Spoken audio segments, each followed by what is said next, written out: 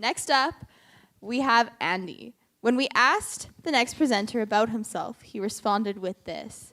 Andy is currently the hottest lifeguard in Lloydminster. He's also been mistaken for numerous famous Asian people. Although he is not actually famous or hot. Sorry, Andy. His fantastic speech may convince you otherwise. The last presenter of the evening, Andy Im.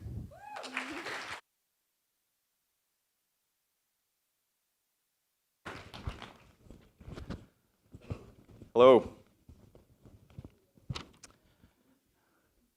Hello, my name. Hello, my name is Andy Im, and my Korean name is Sung Ho Im. You're probably wondering why I have two names. Well, this is how the story begins. I was born in 2000 on March 26 in South Korea, in Seoul. Not North Korea. That's a no-no. When I was in Korea, my parents are very strict. Starting at age 8, my parents made me go to math school, science school, English school, history, taekwondo, on and on and on. But I never complained to my parents. I did well in school, and my parents thought I was a nice kid. Well, when my parents are around, I would pretend to be nice, respectful, kind to others. But during school, no. I was a big bully. I was in a strong friend group. Many people liked me and wanted to follow me. At one point, I thought I was the best. I knew how to fight, my family was wealthy, and I did well in school. I basically had everything. Every day, my friends and I would go to school and make fun of kids, bully them, punch them, kick them. Sometimes we would steal their money. No one could start a fight with us. One day, my dad decided to take his family to Canada. He didn't like how my little brother and I would always study and come home really late. He wanted us to have more freedom. This was when I was in grade 4. When I first came to Canada, it was freezing.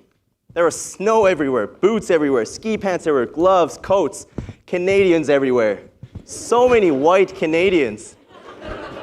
Today, we can see many immigrants from many cultures like mine, such as Korean, Chinese, Filipino. But when I first came to Lloydminster, no Asians. It was all Canadians. I first started at an elementary school full of Canadian kids. Before I went to the school, one of the teachers told my parents that I had to change my name. Sung Ho Im, because it was hard to pronounce. Sung Ho Im. That's very hard. Sung Ho Im. Don't even try. You're going to get your tongue twisted. You there. I had no choice, so I had to change my name to Andy Im. I'm so mad about it. I still remember that teacher's name. She took my rights to be me. She took the most important part of my identity. When I was young, name was just a name. But as I grown up, I realized that a name is a gift for my parents. When I first entered in the classroom, every single kid looked different than me. I felt like I was left alone. Some would make fun of my eyes. Some would make fun of my skin color. And whenever they made fun of me, my feet and my fists would move first instead of my mouth. I always got into a fight with the bullies, but the bullying never stopped. It was constant, and I got tired of it. I gave up, and I accepted it. I hated everything. My life, Canada, Canadians, Asians, Koreans, Korea, and even my name. But I deserved this. It was karma. Every day going to school was a tough time for me. I didn't want to go to school because I got made fun of. But when I was in grade 7, I found out this quote by Elsa Maxwell. Make fun of yourself before others do. So I did. I made fun of myself. For example, when the bullies made fun of me, I would punch them really hard. Then they would say something like, "Whoa, what the f was that for?" Then I would reply back like this, "Sorry, I didn't see." Or when I see a cute dog walking by, I would say, "Yo, that dog looks damn tasty." I said that a lot. They thought it was funny, so I kept doing it to myself.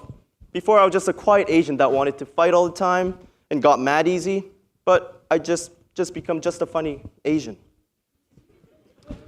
By middle school, school was so fun. I made so many friends. Many people told me that they enjoyed talking to me and wanted to be my friend. I would every day constantly hang out with my friends, go for a drive, and come home really late. and I slowly stopped spending time with my family. To be honest, at the time, I liked my friends more than my family. I didn't treat my little brother well either. I didn't really care about him. And this continued till end of grade 10. I was hanging out with my friends till very late, and I came home. My parents were sleeping, and I was in my room getting changed, and all of a sudden I hear a knock. I said, "Come in." It was my little brother. He asked me if we could talk.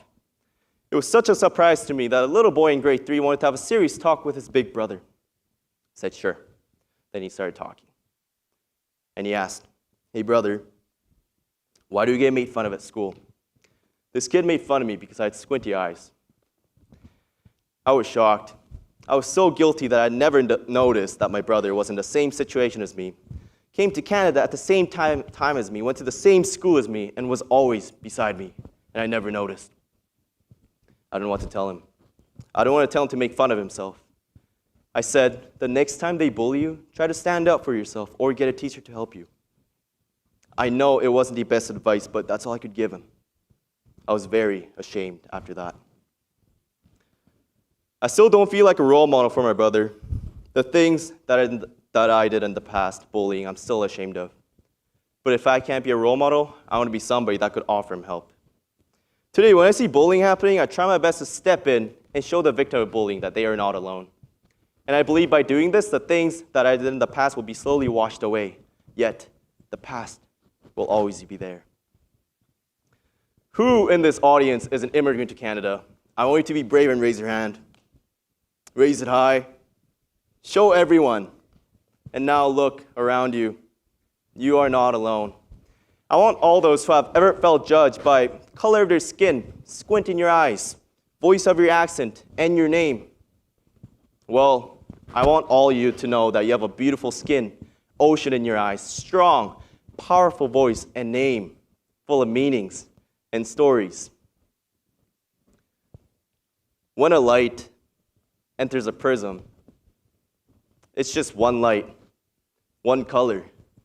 But as it leaves a prism, you can see so many colors like purple, blue, green, pink, to black, to white, to brown, to yellow, to Canadians, to Pakistani, to Ukrainians, to Sudanese, to African, to Chinese, to Filipino, to Japanese, to me, Korean. My name is Sung Ho Im. Thank you.